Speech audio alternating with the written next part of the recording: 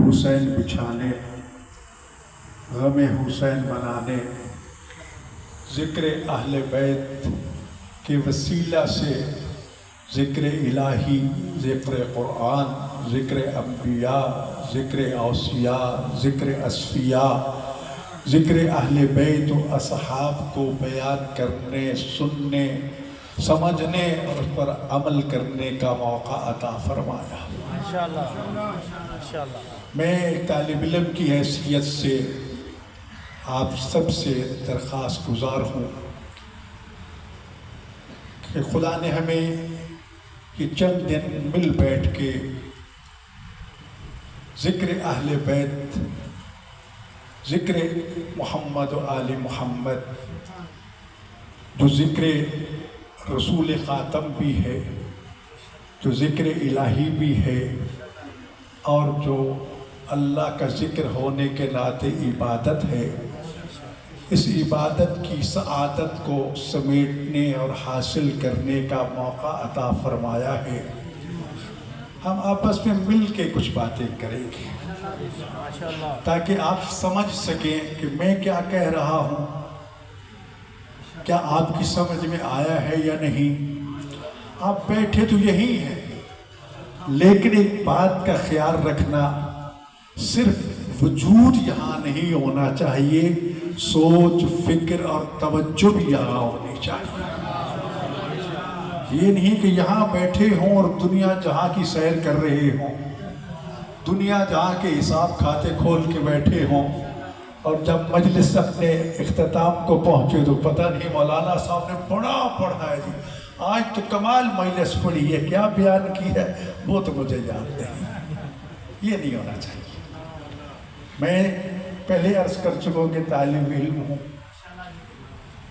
آپ بولیں گے تب بھی میں بولوں گا، آپ نہیں بولیں گے تب بھی میں بولوں گا، آپ ہزاروں لاکھوں میں بیٹھے ہوں تب بھی مجھے کوئی ڈر خوف نہیں ہے۔ آپ کوئی بھی یہاں نہ ہو، میں اکیلا بھی بیٹھ کے پڑھنا چاہوں تو مجھے ابھی بھی ایک ٹی وی پہ اکیلے بیان دے کے آ رہا ہوں، میرے لیے کوئی فرق نہیں ہے۔ لیکن جب ایک مقصد کے لیے آئے، میں چھوٹی سی مثال دے دوں، پیاسا کنویں میں پہنچ جائے، دریاب پہ جا کے بیٹھ جائے، لیکن حرکت نہ کرے، آگے نہ بڑھے، پانی پینے کی کوشش نہ کرے، کیا اس کی پیاس بجھ جائے گی؟ جی نہیں بجھے گی۔ پانی پانی پانی کرتا رہے، کیا پیاس بجھ جائے گی؟ نہیں پانی پانی لکھتا رہے، کیا پیاس بجھ جائے گی؟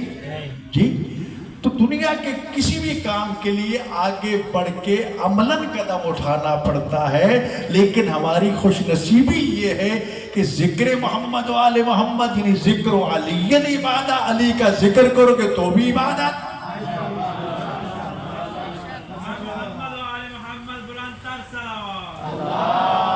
یا رسول اللہ پابندی لگ جائے گی، ہمیں کوئی علی کا ذکر کرنے نہیں دے گا، فرمایا حب علی عبادت۔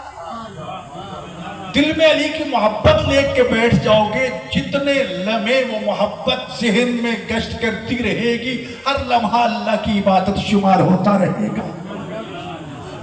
جی